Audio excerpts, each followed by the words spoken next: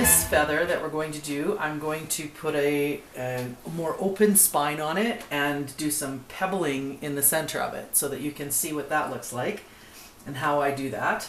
And again, there are lots of tutorials online for various methods of doing feathers, and I've certainly learned a lot from watching other teachers online.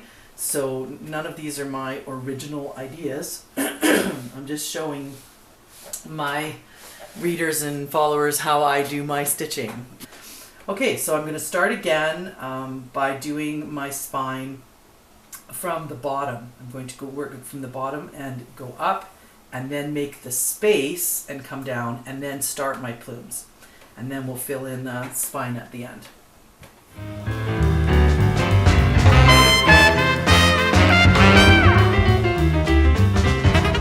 Okay, now I'm going to go ahead and just put the plumes up one side, and the way I'm going to get back down to do the other side will be by using the pebbles in the middle. I'm going to fast forward this part because you've already seen me do the plumes in the other video. And when I get to the top, then we'll slow it back down and do the pebbles.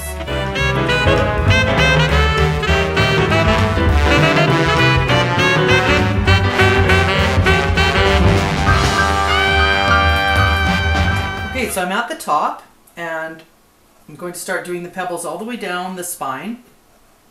And pebbles are those little circles that stack on each other, and you go around and around each one. You'll see as I'm going, and you have to decide what is good enough for you. Certainly you're not going to get them absolutely perfect because you're doing them as a human being with your own hands. It's not a computerized operation, and so just have fun with it. And it's okay if they're a little bit uneven. They're pebbles. So if you think of what pebbles actually are, little stones on the ground, none of them are absolutely perfect circles. They're all different. So don't be too freaked out if they don't turn out exactly perfect. Start smaller in the end, and then get bigger. And I'm actually trying to come in contact with those spine edges without going over them.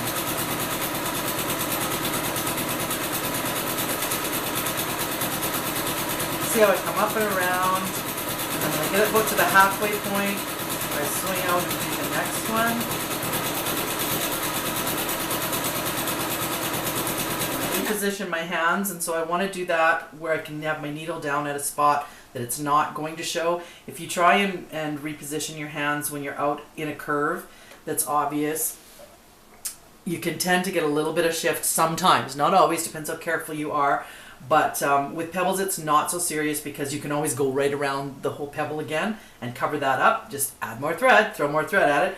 But this is the habit that I try to get into, is to have my needle down at a spot where the thread's joining anyway, so that I can keep going without worrying about having any little glitches. And yes, I do still get glitches. So we try our best make things look the best we can, with the understanding that that is sometimes not going to happen. And that's how we have fun doing this, because if we're too worried about making everything exactly perfect all the time, then we're stressed out while we're quilting instead of having fun. And I've got enough stress in other areas my life that I don't need my fun quilting time to be stressful too. So that's why sometimes you just have to let it go. And that is something I had to learn because I've always been a perfectionist.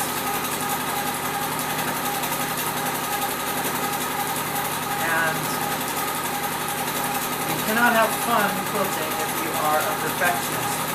There's nothing wrong with being particular and careful and trying to be precise. That is all very desirable in quilting, especially when you're piecing. You want those points to meet up as perfectly as you can. So there's nothing wrong with precision and doing good craftsmanship. That is wonderful.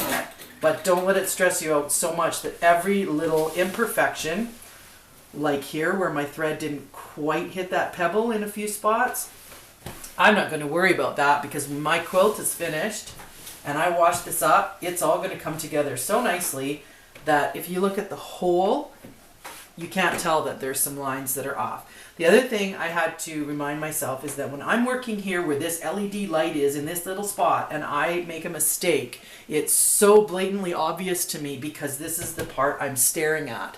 But when you're working on a vast quilt, once it's done, you'll be hard pressed to find that mistake. At least I find that's the case with myself. Sometimes I go back looking for it to see if I really do need to fix it or not, and I can't even find it because in the whole scheme of things, it really doesn't matter. So just remember that. It's going to look really obvious to you here, but wait until you take a step back. So there's our pebbled spine.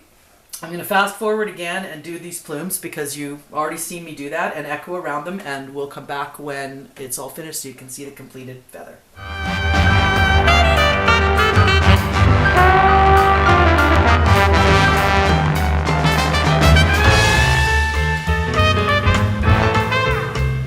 So now I'm finished and I'm at the top. This time I'm going to come out here and work my way around to the top again just to show you what that looks like. It does mean that you have one line of echoing that comes all the way out from between the two petals, where normally it kind of just bumps in and out. And I'm going to show you that that's really not a big deal. When it's all done, it's still going to look just fine.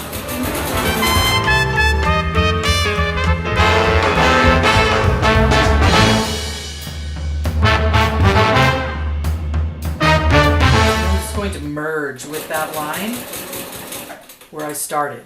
So I'm going to snip thread now so that you can see what that looks like. You can't tell that my pebbles aren't all perfect. Actually, those ones, I have to say, are pretty good compared to some of the other ones that I've done in a hurry. So we're doing good today.